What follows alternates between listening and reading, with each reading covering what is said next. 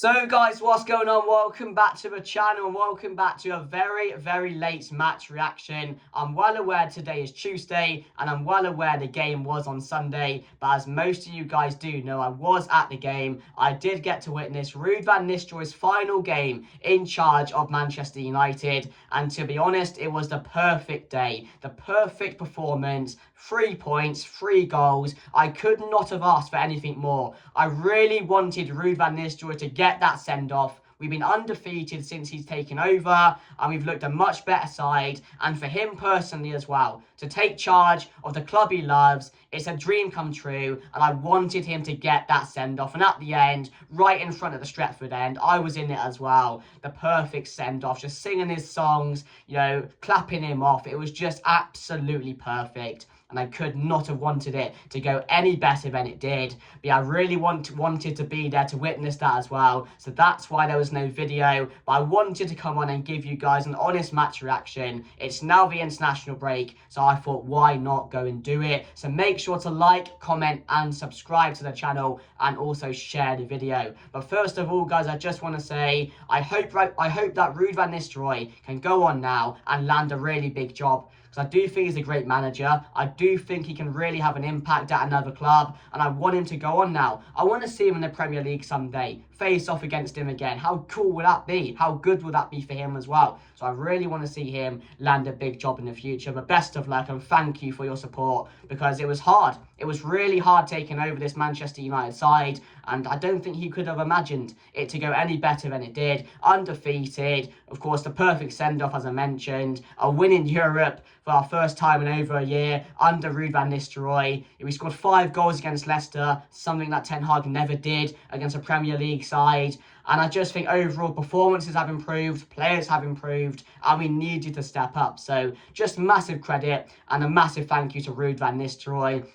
But let's talk more about the game, guys. Because to be honest, I think it definitely was the best performance we've seen in a very long time. Obviously, we beat Leicester 5-2 the last time we played them, but that was their second team. It was a cup game, so it didn't really mean too much. But the performances from the players were superb. Ugarte was a monster, and the best we've seen him so far. Him alongside Casemiro are lethal at the moment. They're really good in that double pivot. And what I love the most about those two is they play so close to each other. They make it so much easier for the passing to go smoother, for gaps to open up, to play that pass. And I just think it helps, it helps Casemiro more than it does Ugarte. Because now Casemiro can play that free role. He can get forward more, knowing that he's got someone capable of doing the hard grafting behind him. And Ugarte, I lost count the amount of times he won back the ball. His range of passing is absolutely brilliant. And I mentioned it, he is going to be probably our most important player for the next 10 years under Amorim.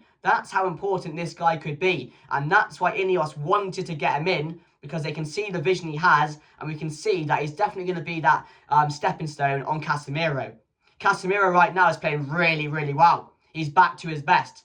He was really good again against Leicester, and he's been good for the last 5 or 6 games. It was just that Liverpool one which made me think, do you know what, he's got to go. But he's improved from that. So we can critique a player, we can give them criticism, but when they're playing well, we got to say it. And Casemiro looks back to his best, and has been looking like his best for a while now. So those two are really helping each other right now, and they're really having a good bond in the midfield. So I'm hoping that can keep on going. I know Mainu's got to come back as well, and with his new style, who knows what players he's going to favour, how we're going to set up, what players are going to be preferred. So at the end of the day, we just have to wait now. But I really want to see Casemiro and Ugarte keep on getting those minutes every single week, because they're playing really well at the moment, and you don't want to interrupt that, because that can kill confidence. But yeah, I'm really excited for Ugarte under Amorim, because he looked so good the other day. Really did look really well, and exactly the reason we bought him for.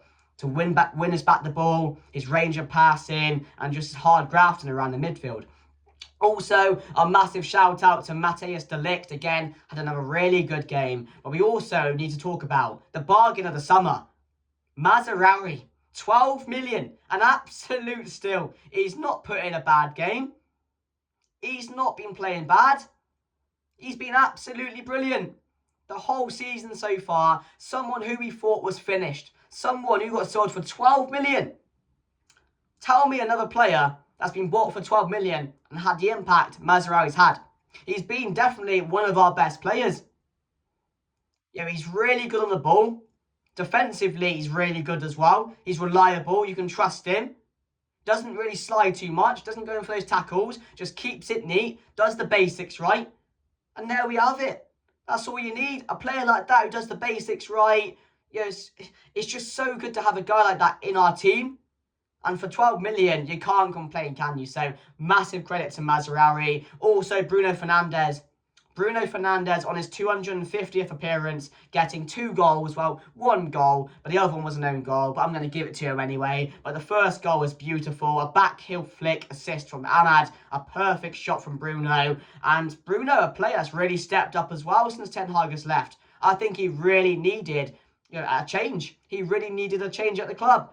And the impact he's had as well has been brilliant. He's scoring goals again. He's getting assists. He's looking good. We're still seeing a bit of sloppiness from Bruno. A few misplaced passes, a few risks, which he doesn't really need to take at times. But again, just seeing Bruno play a free role, have that confidence back in him has been perfect to see. So I'm really happy with Bruno Fernandes and how he's coping at the moment, because he was a player we've been asking to step up. He's our captain, who so far this season, in the first, couple of months, has been terrible. He's really changed our minds just like that, hasn't he? But we knew that was going to happen because we know the ability Bruno Fernandes has. And under Amorim as well, what role he's going to play, I don't know. We'll have to see and assess that when we get to it. But I think he's going to be really important as well, because, how important has he been over the last couple of years for us? That importance is not gonna be lost on him. He's still going to have that role. He's still probably going to be the captain, and he's still going to lead us forward. So I'm really happy with him. Played really, really well yesterday. Any other shout-outs? Andre Nana keeping another clean sheet. Garnacho again, another brilliant taken goal. Came off the bench, didn't start. Again, maybe was expected, maybe not. I'm not too sure. Rashford didn't really play well again. He came off. Garnacho came on, got the goal. That curler to the right, top right corner. Wow, what a goal. He didn't celebrate. And the reason he did not celebrate is because of the criticism a fan gave right in front of him to his face. And I don't know what he was doing. It's obviously that guy from the United stand, Faz, basically saying to Garnacho, basically learn to pass, stop being so greedy. This is a player who's been arguably one of our best players this season. This is a player who's a very, very young player, can get affected by those type of comments. It can hurt people, and obviously it has hurt Garnacho, because he did not deserve that. What's he done wrong this season? I'm all for criticising a player. If they're doing bad, like we criticised Rashford, like we criticised Bruno, criticism is fair. It's free. You can give criticism. Anyone can. I get that. But to a player that's been arguably one of our best players, had a massive impact on the team this season, scoring goals after goals after goals, why are you giving him criticism for, mate? Grow up. Absolutely grow up. That's all I can say on the situation. That's not fair. There's no need for it. And he's filming it, just trying to prove a point. No one's laughing at you, mate. No one's backing you up for doing it. You look stupid. You go into the game to enjoy it. Don't go and criticise the players. Otherwise, give your ticket to someone else. Or keep it to yourself. Because people don't realise how much it can affect a player. And I hate it as well, because he had every right to go and celebrate there. Every right. So fantastic goal. I wanted him to celebrate it. But a fan has obviously made him a bit upset, hurt him a bit. But he has the love of the fans. He has all the love of the fans. He has the love of the players. And he's an up-and-coming player, but he's just not a complete player yet. He's still very young. He's still got levels to go up. He is going to go up those levels. He's going to be so important to the team. But criticising a player like that who's been this good has just baffled me. It really has done, and shame on the guy who did it. But yeah, I just wanted to praise Garnacho for another goal. I don't know what the tally is now, but he scored quite a few goals in all competitions this season, and he's having a big impact in the team. Rasmus, again, was quite quiet. A bit of a concern now. A couple of games in a row, he's not looked good. But Manchester United have not been able to find him, really. We've not been playing through him, and we're playing him more like a target man. We need to get him in behind. We have to get him in behind. He has the pace. He's got the strength to do it. But again, we're just playing it into him, and he's just touching it off to someone. He's not making those runs forward. we need to change that, and hopefully Ruben Amorim can get more out of Rasmus than we have seen over the last couple of games as well. But yeah, other than that, guys, I was really happy with the performance. I thought everyone was really, really good. We're not going to do player ratings today, but overall, just wanted to come on and give you guys a match reaction and, you know, my thoughts on the game as well. Seeing it live as well was absolutely brilliant. And as I mentioned earlier, the send-off Ruud van Nistelrooy got was perfect. And, you know, we're not looking as bad as we were in the table now. We're catching up to Chelsea. We're catching up to the top 6 and the top 4. And as I mentioned, we've got a really winnable run now. But now it's time for the Ruben Amorim era to begin. I'm so excited. I cannot wait for it. It's a fresh start. And throughout this international break, I want to say to everyone, just enjoy it. Just enjoy the international break. Enjoy that last win for Ruud van Nistelrooy. And just look forward to what the future holds under Ruben Amorim. Because I sure am. And I cannot wait for it to get started. But make sure to like, comment, and subscribe to the channel. That'd be greatly appreciated, guys. Make sure you guys are sharing the video. Let me know your thoughts on the Leicester game and how excited you are for the Ruben Amorim era to start. But that's me done, guys. Thank you for watching. My man of the match. And also someone I've not mentioned, Amad Diallo as well, had another really, really good game. And, you know, I hope he doesn't get left behind under Amorim.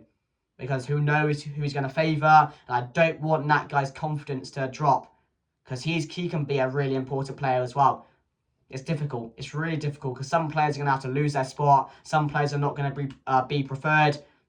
And they're going to have to bide their time. Whether they will, I'm not too sure. But I'm just afraid some of these younger players, it might hit them more than some others. That's all I'm going to say. I don't want it to. I want everyone to feel like they're going to be used. They're going to be played. They're going to be important. But who knows what can happen. The manager's going to have to be ruthless. He's going to make decisions people are not going to like. He's going to have to make choices which people are not going to like.